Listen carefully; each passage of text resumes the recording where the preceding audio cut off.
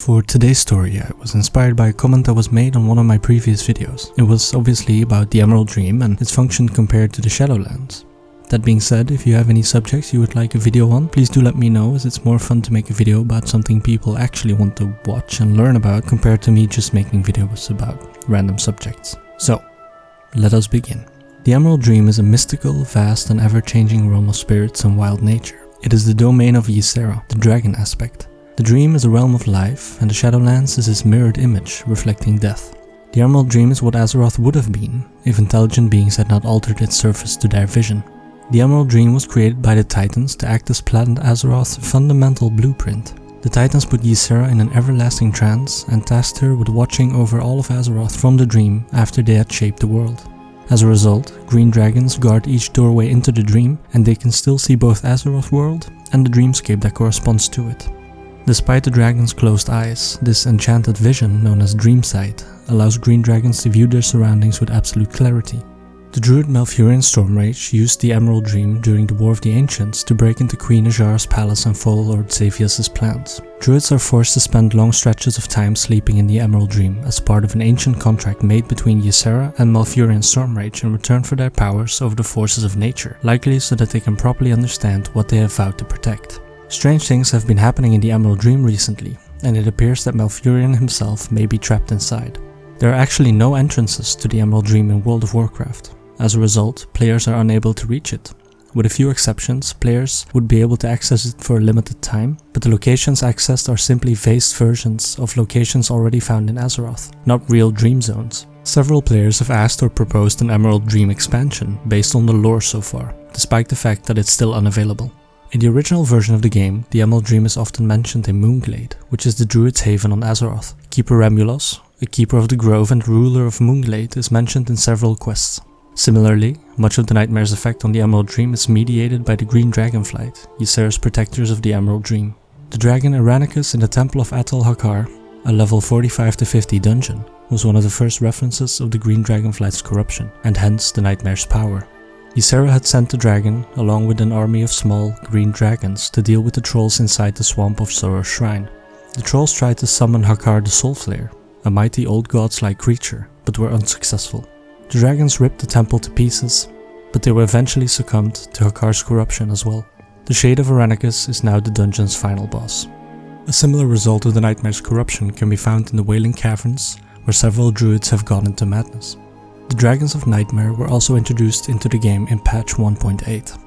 These dragons were once Ysera's lieutenants, tasked with guarding the Emerald Dream against evil. The Nightmare, on the other hand, has twisted them, twisting their powers and converting the dragons into the enemies they once faced. There are 4 of them, each emerging from one of the 4 portals that bind Azeroth and the Emerald Dream. There is one in Duskwood, the Hinterlands, Faralas and Nashie. Although the portals are inactive, the dragons, all of whom are outdoor raid bosses, can be battled and defeated. The Nightmare Engulfed object, which comes from the Emerald Dream, is also dropped by each of the Nightmare dragons. The player must hand this item in to Keeper Remulos to complete the quest. Purifying the item confirms it to be Malfurion Stormrage's ring, which he is using to battle the Nightmare inside the dream. The Nightmare not only corrupts the Emerald Dream, but also attempts to invade Azeroth, according to Malfurion, who is speaking with Keeper Remulos. The Scepter of the Shifting Sands quest chain, which was introduced in patch 1.9, added to the tale of the Nightmare's corruption of the Emerald Dream. The player must seek out the red, blue and green dragonflights to obtain the shards required to craft Scepter of the Shifting Sands, in order to open the raid dungeons of Ank'Varaj.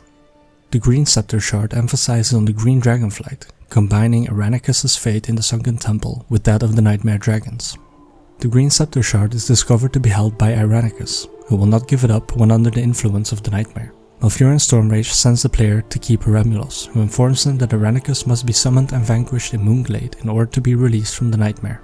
Keeper Remulos requires fragments of the Nightmare's corruption to summon him. 3 of these fragments are dropped by lesser green dragons that can also be found at Dragon of Nightmare locations. The 4th comes from a satyr who preaches the power of the Nightmare. When Aranicus, now Tyrant of the Dream, is summoned, he declares that Moonglade and Malfurion will be destroyed. Juran the Whisperwind, who has been keeping Aranicus at bay, finally arrives and cleanses the dragon with the power of a loon.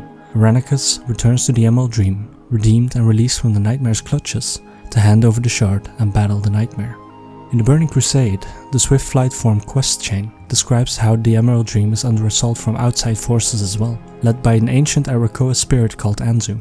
In Wrath of the Lich King, the Emerald Dream can only be visited 2 times, while on the Icecrown quest, Hope Within the Emerald Nightmare, where Remulus sends the player into a phased version of a portion of Moonglade to gather emerald acorns, and while attempting to rescue Valithria Dreamwalker in Icecrown Citadel, she will open portals to a phased version of a room to gather emerald vigor buffs. In Legion, access to much of the Emerald Dream and the Emerald Nightmare will be greatly expanded, with high-level druids having access to the Dreamways to travel around Azeroth. All players are able to visit the true Emerald Dream briefly after completing the Emerald Nightmare raid. According to Malfurion, merely an echo, but Val-Shara is as close to the dream as this world can come. Now let's talk about geography.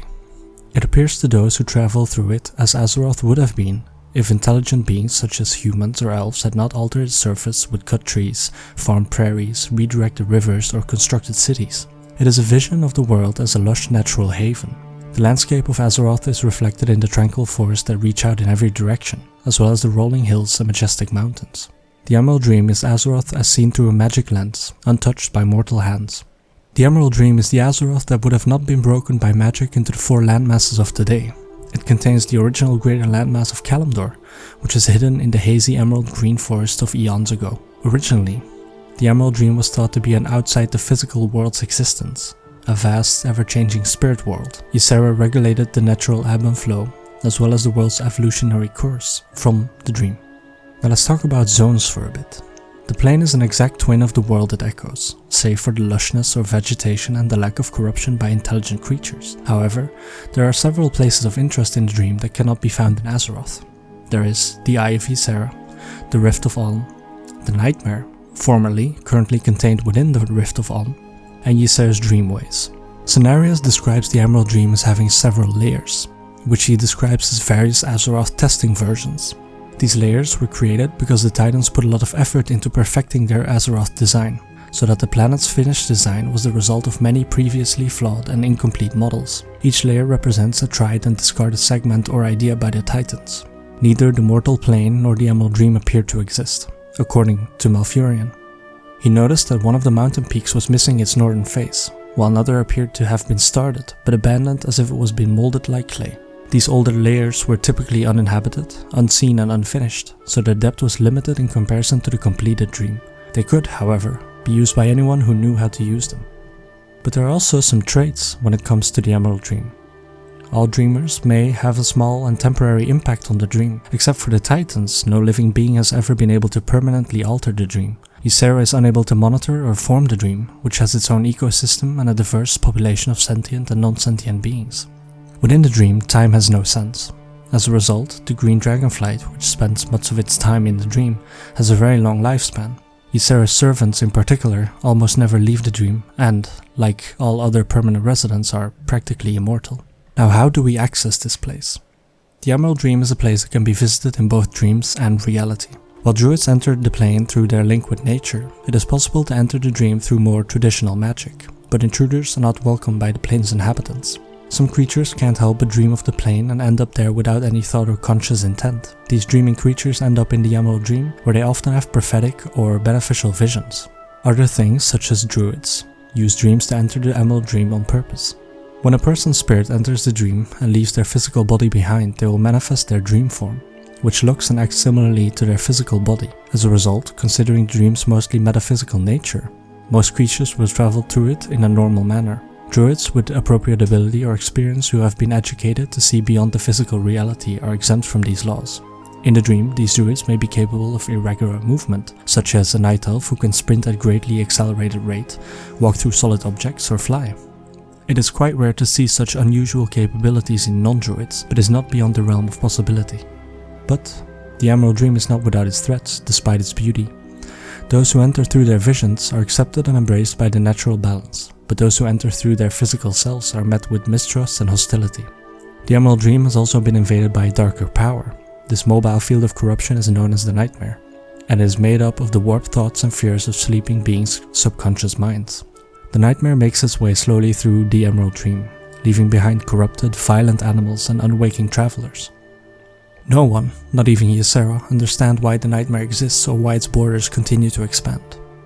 Now let's talk about the inhabitants. So there are the rulers. The entire planet is the dominion of Ysera, the mighty green dragon aspect, and she and her brood ensure that none despoil this paradise. But there are also some regular creatures. In the Emerald Dream, nature is in complete equilibrium. Animals of all kinds live on Azeroth, including endangered animals and subspecies that never had the opportunity to evolve. The Dream is also home to a variety of fey animals, including sprites, dryads and grove keepers. The Dream is not only home to the Dream's inhabitant beings. Azeroth's creatures are always there, whether they are mindful of it or not. And then to some speculation.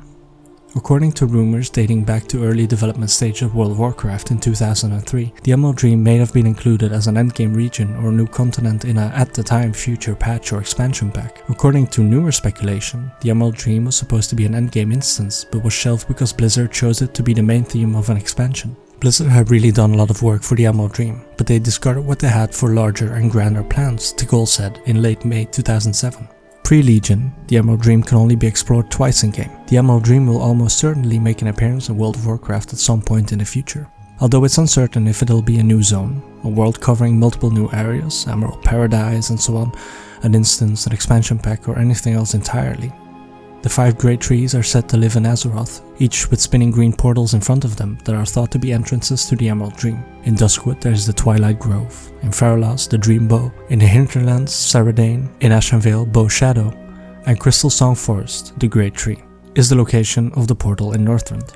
When a player walks into one of these portals, nothing happens. Crystal Song's tree is devoid of any portals. However, high-level elite Dragonkin guard a portal in Ashenvale, Faralas, Duskwood and the Hinterlands. The 4 dragons, who usually reside in the Emerald Dream, started appearing from the portals at regular intervals beginning in patch 1.8, like we said before. They were, however, deleted when World of Warcraft Cataclysm was published. One of them, Ysandre, was translated into a quest NPC in Faralas in World of Warcraft Cataclysm. The Emerald Dream is accessed by Malfurion and Cenarius in the War of the Ancient Trilogy by entering a deep meditative state. As a result, it's uncertain if it'll be open to non-druid or whether it'll still be accessible via aforementioned portals. It's likely that Blizzard will add a high-level druid spell that allows them to travel straight to the Dream from anywhere. Stormrage appears to settle all plots involving the Emerald Dream, lowering the possibility of it being used in World of Warcraft. And then finally, there are a few things that the Emerald Dream may have been inspired by. The first one is the concept is related to the Australian Aboriginal Dreamtime, which has a similar name. Second one is H.P. Lovecraft's Dreamlands may have inspired the Emerald Dream. The Dreamlands is a vast outer universe that can be accessed by visions, much like astral vision or lucid dreaming. Experienced dreamers are among the Dreamland's most influential tenants, and after their physical death, they can still become permanent residents. In Dungeons & Dragons, the Emerald Dream is very similar to the Feywild. The Feywild is represented as a parallel plane that contains an echo of the real world, or what the real world would look like if civilized races had never inhabited it. And finally, another similarity to the Emerald Dream is Talaran Riad, a parallel world in Robert Jordan's Wheel of Time series that is normally accessed through dreams. There are specially gifted people called Dreamwalkers that are able to access this reality at will. And that is all I have on the Emerald Dream. It's a lot of info to take in, so I hope I made it all a little clear. Thank you for listening if you're still here, and I'll see you next time.